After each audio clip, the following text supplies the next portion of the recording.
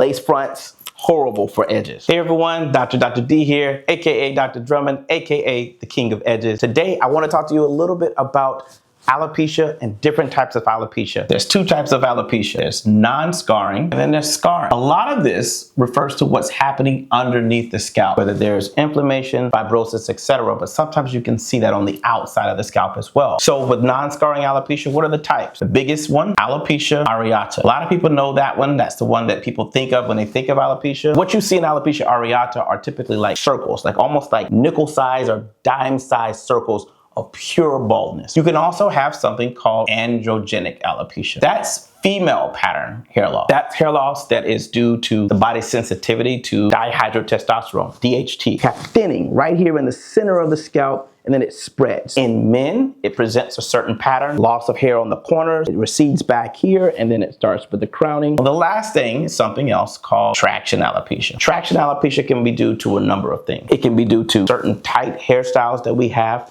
that pull a lot of tension on the edges. So the technical name for this would be like frontal temporal alopecia, right? But, you know, we call it edges. This is where your edges are just not as thick, not as sharp, not as crisp as they used to be. It presents with thinning or areas where you can actually see the scalp, but then you might see hair, you might see scalp, you might see hair. What's actually happening is, let's say I would go underneath the scalp, you have blood vessels that are actually going under there. There's one blood vessel that's here, it's running up this way, and another one that's running this way.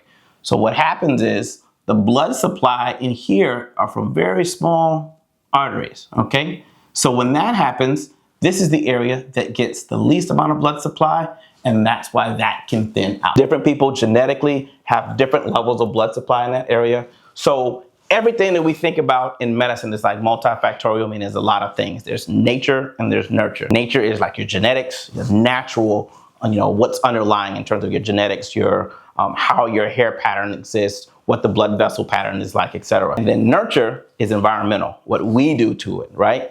Some of the, you know, lay down lace fronts, horrible for edges, right? Lace fronts are not good for your edges. Tight braids. Y'all ever had braids where it feel like your skull was being pulled out? That's not good for your edges. A lot of hairstylists, they will now, it's a couple of things that they do. If you notice, they leave the front area alone and they'll start creating braids, or they'll start doing plaits, or even locks. They'll start from about an inch behind the hairline. Another thing is, when you're talking about braids, we do knotless braids now, right? Things that just won't put so much tension on those edges. So we talked a little bit about non-scarring alopecia. The other type of alopecia, the other big category, is scarring alopecia. Scarring alopecia is the one that we really dread. So there's three main types of scarring alopecia. Lichen planopilaris. Lichen planopilaris can actually present very similar to alopecia areata. You can have little areas where there's circles around in a very kind of atypical pattern. Those circles could actually be very, very, very bald, very similar to alopecia areata, where you can just see straight skin with no hair follicles coming out, or you might see a little wisp of hair. The other thing that you can have is something called FFA, frontal fibrosing alopecia. Frontal fibrosing alopecia can actually resemble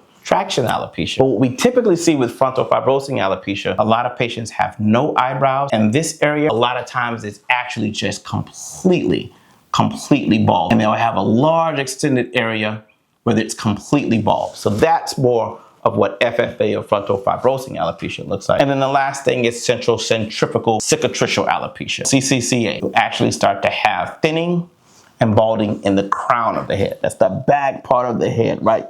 The big pointy part at the very back of the head. And then you can actually spread out in a circle, hence the centrifugal. So it can start there and continue to spread out more and more and more. A lot of times, patients will come to us in the hair transplant world, or they'll go to their dermatologist and say, "Doc, I've had this area where it's been real tender in the back, and it's almost like I'm losing hair in that area, but it hurts. I put chemicals in there, it burns, and then it goes bald, and then it stays that way, and then it'll happen again the next month." These are cycles that are happening where the body is sending inflammatory mediators there. It's attacking the hair follicles, but what's happening underneath the scalp is super important, because in lichen planopilaris, frontal fibrosing alopecia, and central centrifugal alopecia, we are seeing underneath the scalp where there's hair follicles, and some of them may be in a resting state, some of them in a growth state. Well, you also see areas where the body has sent these inflammatory markers in here. These are lymphocytes that are actually attacking the hair follicle. So what's happening?